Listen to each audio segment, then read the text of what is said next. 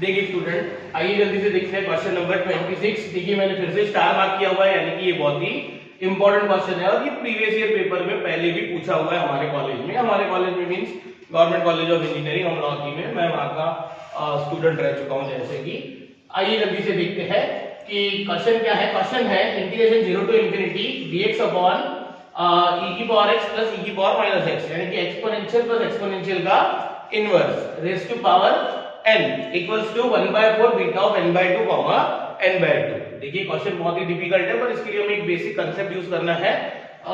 जैसे कि देखो यहाँ पे एक्सपोनेंशियल दिख रहा है और एक्सपोनेंशियल का इनवर्स, तो हम यहाँ पे क्या करेंगे, एक्सपोनेंशियल की जगह पुटिंग करेंगे।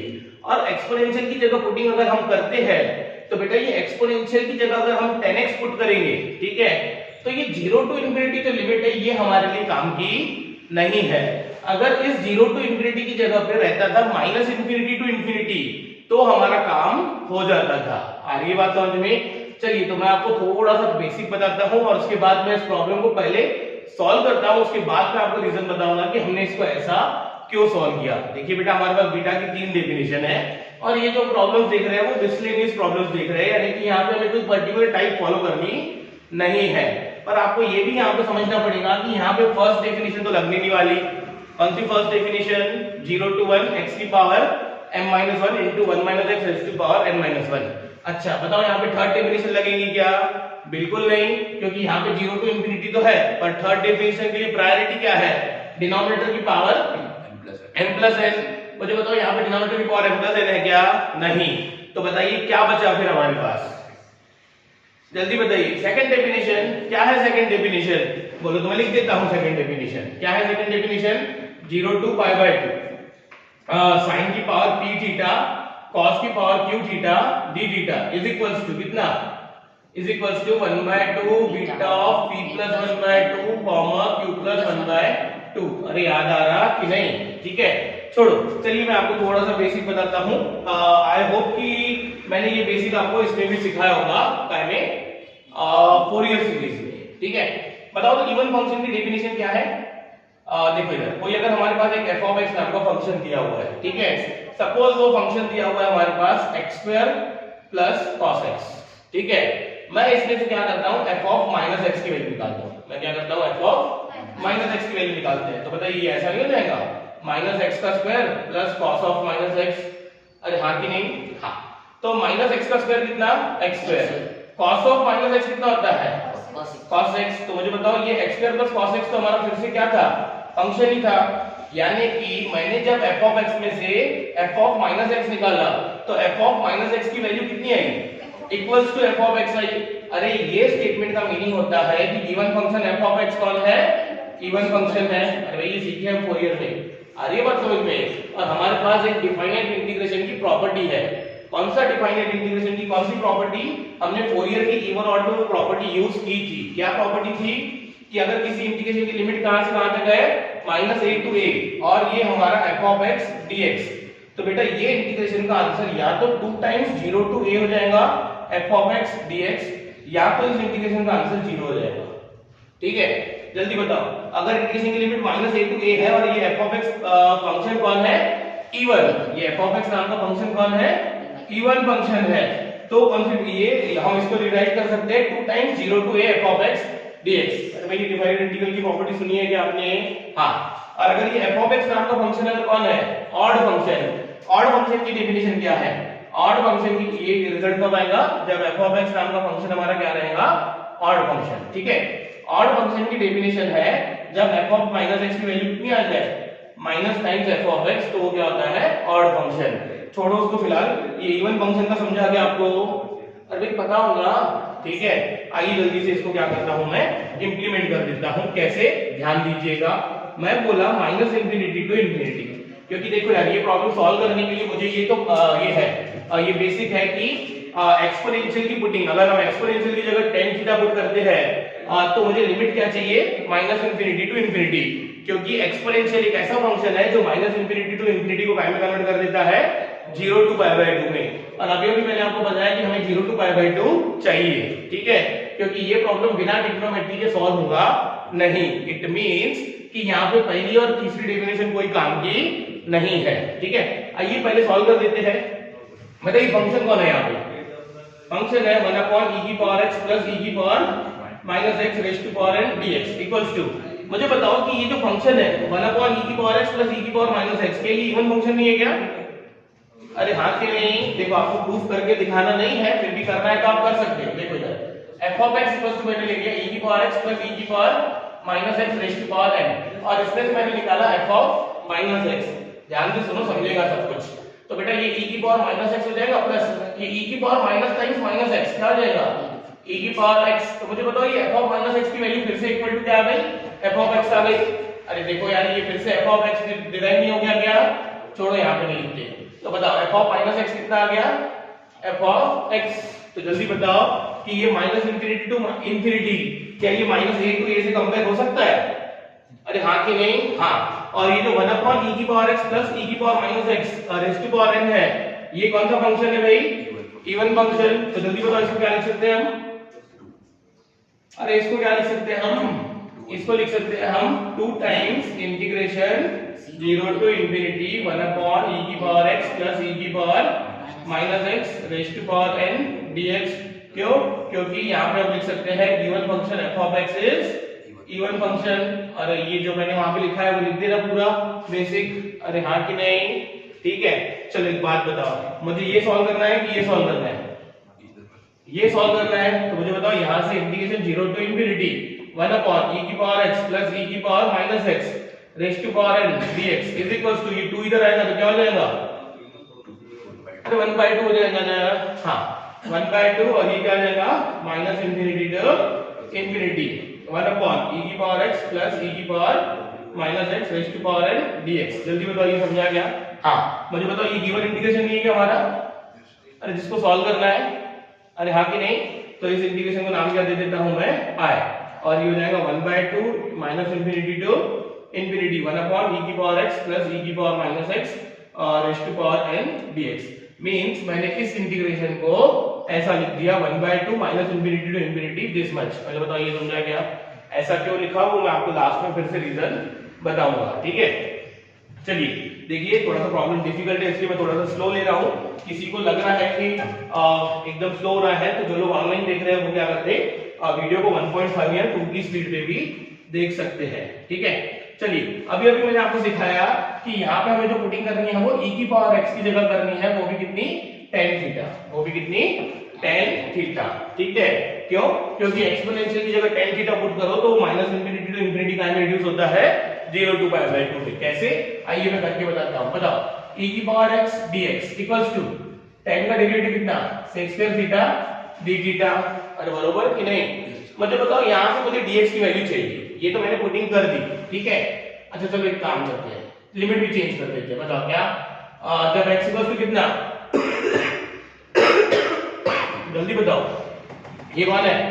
Minus infinity. जब x इक्वल्स टू कितना? Minus infinity. बताओ e की पावर माइनस इंफिनिटी कितना हो जाएगा? नहीं बेटा देखो बेसिक लिख के देता हूं मैं। देखो e की पावर इंफिनिटी इंफिनिटी पर e की पावर माइनस इंफिनिटी 0। क्यों? क्योंकि देखो e की पावर माइनस इंफिनिटी क्या 1 अपॉन e की पावर इंफिनिटी नहीं हुआ क्या? हाँ। और e की पावर इंफिनिटी कितना होता है? इंफिनिटी। तो 1 अपॉन इंफिनिटी बिकम्स 0। अरे हाँ कि नहीं? e की पावर इंफिनिटी इंफिनिटी होता है, यही रीजन है कि e की पावर माइनस इंफिनिटी क्या होता है? 0। तो ध्यान से सुनो मैं क्या बोलता हूं। ये माइनस इंफिनिटी यहां पे रखा तो e की पावर माइनस इंफिनिटी 0। अरे भाई tan थीटा 0 कब होता है? जब थीटा इक्वल टू क्या हो? 0। क्योंकि tan 0 0। ठीक है। और देखो इधर e की पावर ये क्या है? x की पावर और x की लिमिट क्या है? Upper limit infinity. बताओ e की पावर इंफिनिटी कितना? इंफिनिटी। अभी tan थीटा इंफिनिटी कब होता है? जब थीटा इक्वल्स टू क्या हो जाए? π/2। अरे यही तो रीजन है कि माइनस इंफिनिटी टू इंफिनिटी की लिमिट को एक्सपोनेंशियल की जगह tan थीटा पुट किया तो वो 0 टू π/2 में कन्वर्ट करता है। इसीलिए हमने इतनी सारी मेहनत की कि हमने मुझे ये 0 टू इंफिनिटी नहीं चाहिए था तो मैंने उसको हटा के क्या रिप्लेस किया? 1/2 times minus infinity to infinity. जल्दी बताइए समझा कि नहीं? ठीक है। चलिए और एक सवाल पूछता हूं मैं आपसे कि मुझे बताओ कि मुझे यहां से dx की वैल्यू चाहिए। dx की वैल्यू कितनी हो जाएगी यहां से? बताओ ऐसे हो जाएगी sec square theta d theta whole divided by ये e की पावर x इधर आ जाएगा। अरे हाँ कि नहीं? पर मुझे एक बात बताओ कि ये हम x वाले वेरिएबल का इंटीग्रेशन हम चेंज कर रहे हैं टाइम में थीटा में।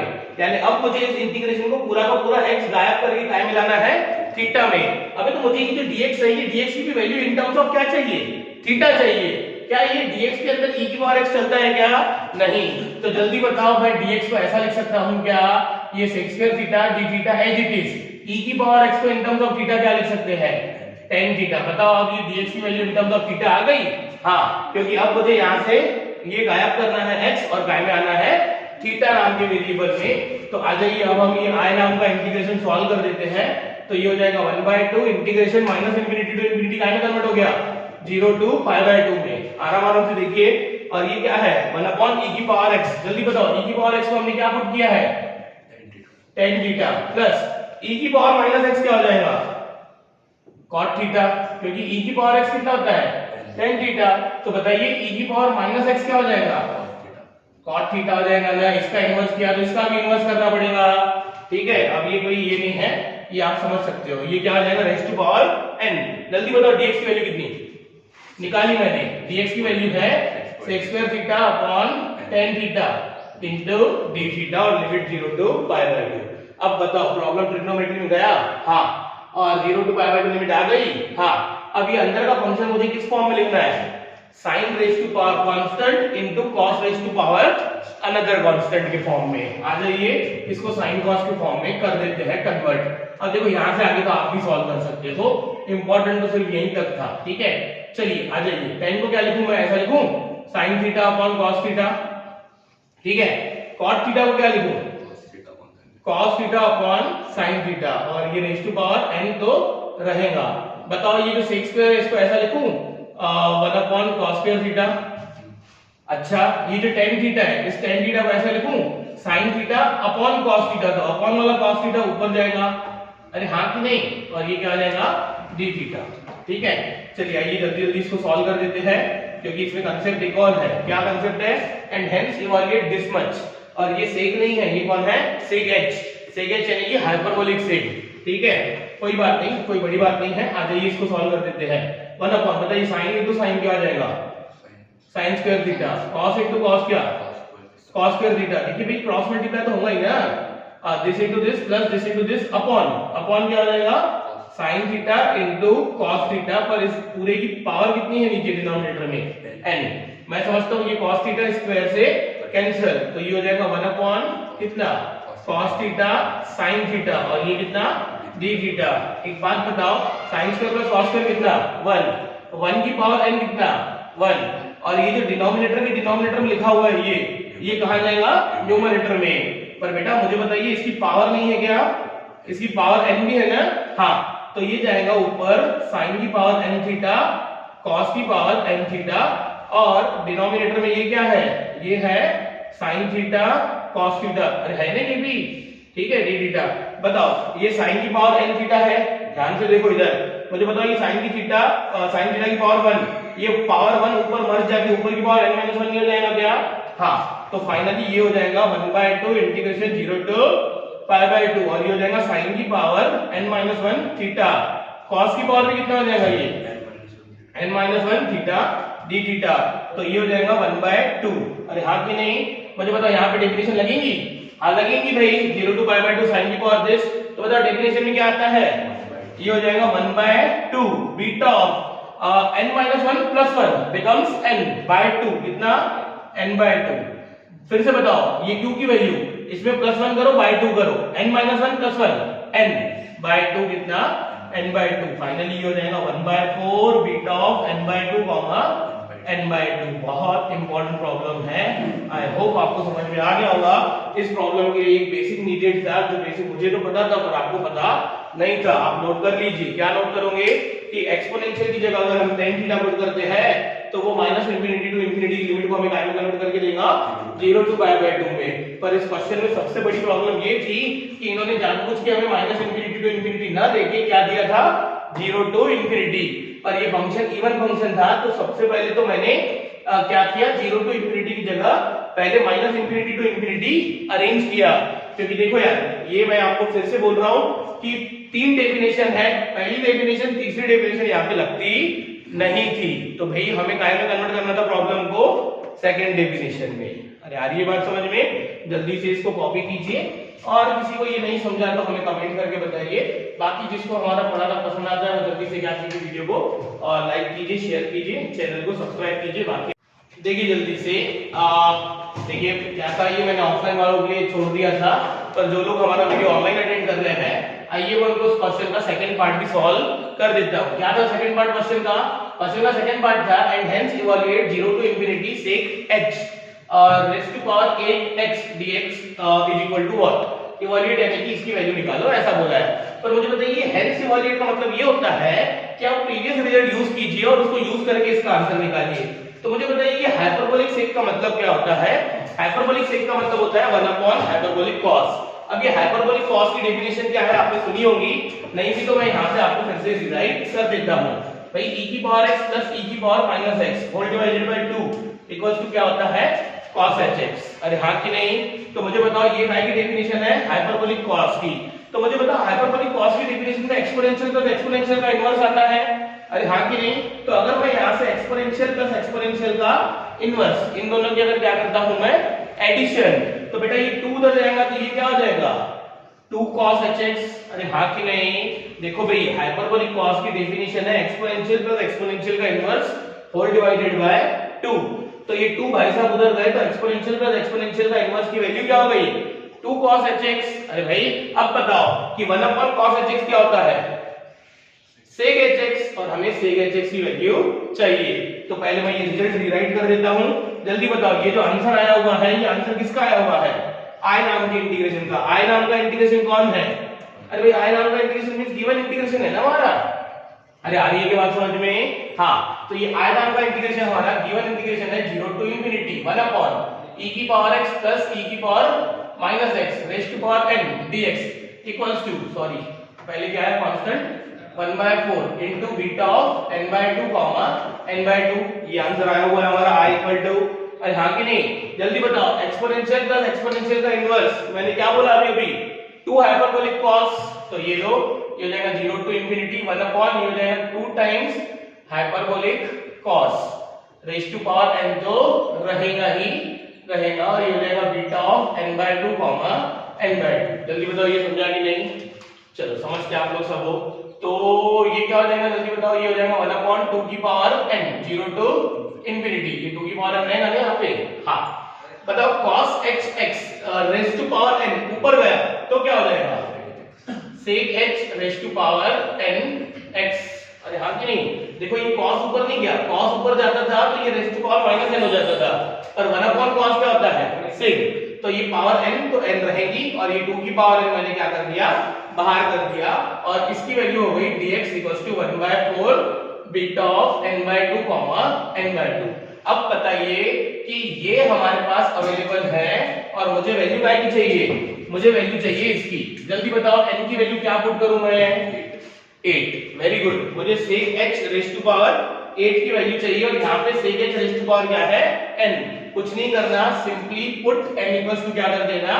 8। तो देखो ये इंटीग्रेशन जो है ये हो जाएगा 0 to infinity sec h raise to power 8x dx equals to 1 upon 2 की पावर n इधर जाएगा तो हो जाएगा 2 की पावर 8। अरे n पे 8 है ना, और ये डिनोमिनेटर में इधर जाएगा तो न्यूमरेटर में अपॉन 4, और ये हो जाएगा बीटा ऑफ ये क्या हो जाएगा 4,4। बस अब इसको सॉल्व कर लीजिए, जो भी आंसर आया वो अपना आंसर है। कैसे सॉल्व करेंगे जल्दी बताओ? ये हो जाएगा 2 की पावर 2 2 की पावर 2 2 की पावर, अरे ऐसे होगा ना ये?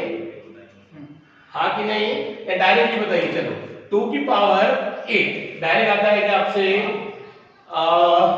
मेरे ख्याल से होता है 256, देखो, और ये हो जाएगा सीधा सीधा gamma of 4 upon gamma of 8, और नीचे हो जाएगा ये 4। 256 डिवाइडेड बाय 4 64। अरे हाँ कि नहीं? समझ में आ रही है बात? ये कितना? 64, और ये हो जाएगा 3 factorial into 3 factorial upon 7 factorial, क्योंकि क्या आगे डेफिनेशन लगेगी, ठीक है? तो ये हो जाएगा 64। ये कितना हो जाएगा? 3 फैक्टोरियल यानी कि 3 इनटू 2, फिर से 3 फैक्टोरियल यानी कितना? 3 इनटू 2, 7 फैक्टोरियल यानी कितना? 7 into 6 into 5 into 4 into 3 into 2 into 1। ये 3 2 इससे क्या कर दो? कट। ये 3 2 किससे कट कर दो? 6 से। अरे हाँ कि नहीं? चलो और क्या बचा? 4 इसको कट कर दो, क्या कर दो? 16। तो बेटा ये हो जाएगा कितना? 16 और ये 7 इंटू 5 कितना? 35। मेरे ख्याल से आंसर आएगा 16/35 इसका। आई होप आप समझ रहे हो। जल्दी से इसको कॉपी कीजिए और अगर आपको हमारा पढ़ाना पसंद आता है तो जल्दी से वीडियो को क्या कीजिए, लाइक कीजिए, शेयर कीजिए, मजे कीजिए।